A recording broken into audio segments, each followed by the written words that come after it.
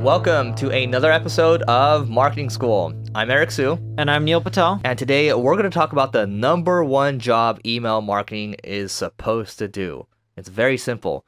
What is it? Its job is to, get your reader curious enough to open the next email. Your job is to continually be interesting over time, right? You don't want to just keep spamming people all the time because then you're not interesting anymore. Then you're annoying. You want to continually provide value to people where they think it's valuable to stay on your email list. It's valuable to engage with your content. And maybe just down the road, they're going to come over and they're going to buy what you have to offer. That's very simple. It's something I learned from one of the, pioneers of internet marketing. And what's his name? His name is Perry Marshall. So here's an interesting thing. I was talking to a friend of mine who works at HubSpot, and they're known for email marketing. And he saw the same thing that me and a few other people saw, in which when someone subscribes to your email list, they're typically either going to buy right away or within like the first 30 days, or they're not going to buy much over time. That doesn't mean all those people won't buy anything in the future. It just means you typically can generate the most amount of sales in the first week or first month that they're on your list. And what we found is a lot of marketers are saying, hey, create that story, create that bond, get them to open up your next email. But at the same time, when we've tested that, we found that we just generate more revenue if we pitch them on the first or second or third email and just try to get them to buy right away versus getting them to keep opening up more and more emails from us.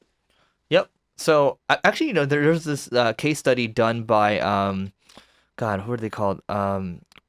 Benji from Growth something. But they did this case study where I think they were talking about how instead of trying to collect email addresses, kind of to your point, they're just driving people to fill out a consultation form. Just because emails don't work as well as they used to. People don't fill them out as much as they used to. Conversion rates on pop-ups, content upgrades, everything is down. I'm the same way as what Benji thinks. Instead of me, don't get me wrong. To a webinar, right? Yeah, I just drive them to a webinar. I'm like, hey, I want you guys to open up my next email, but I'd rather get you guys to just opt into a webinar and convert right away, or take a quiz and turn it into a lead. I don't want people to, just get emails from me and be like, all right, here's an amazing email, open up the next one, and so forth, so on. I just want to sell right away. And I found that it just generates more revenue than continually pushing emails so they open up the next one and the next one. Because I learned this from Ramit Sethi, in which if you just keep giving information for free and you just keep educating them, and if your goal is just to get people to only open up your emails and you're never trying to sell them, people will assume that everything is free. So then when you do try selling them, it is much harder to convert them due to the fact that they're used to getting everything for free. And I got something for you for those of you that are kind of struggling with that, but that's going to be in the next episode. The one final thing I'll say is for those of you that there's still a lot of people that, subscribe to the whole send an email every day thing. And if you are looking for someone that has a good example of this, Ben Settle, his name is Ben Settle, and I think he has an email list still that's going, or you can find a way to download a bunch of his newsletters called Email Players. You can check it out, just trying to find Email Players download or whatever. And then you're going to have a bunch of swipe files about him just writing a bunch of emails every single day. I think he was the one that popularized the whole Seinfeld emails, where you're just basically writing an email every day about kind of what happened during your day, and then there's an offer at the end. Look, there are people that can make it work. Neil and I don't think either of us are those types of people. When's the last time you wrote a personal email? I write one every Tuesday.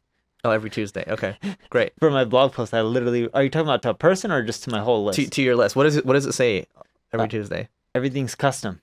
Because I write a blog post and then I write a custom email to that's send weird. Up the I don't see blog those. Anyway. That means you're not subscribed. Or that means you didn't open up the emails because I cleaned my list. Oh, damn it. He cleaned me off. Anyway, so anything else you want to add? No, I'm good. All right, that is it for today, but we need your help. In the spirit of giving, it's still the holiday season right now. Help us help you. Get us to 1 million downloads a month. We're at 800,000 right now. Check our status at marketingschool.io/stats. We need your help in terms of rating, reviewing, subscribing, and sharing this podcast to all your loved ones, all the ones that you think can benefit from marketing. And once we get there, we're going to do that live event in Los Angeles. It's going to be a great time. Free food, free recordings. We're going to be able to hang out with each other. It's going to be sunny. It's going to be a great time. You're going to tell all your loved ones about that one too, because it's just it's so memorable. So anyway, that is it for today, and we'll see you tomorrow.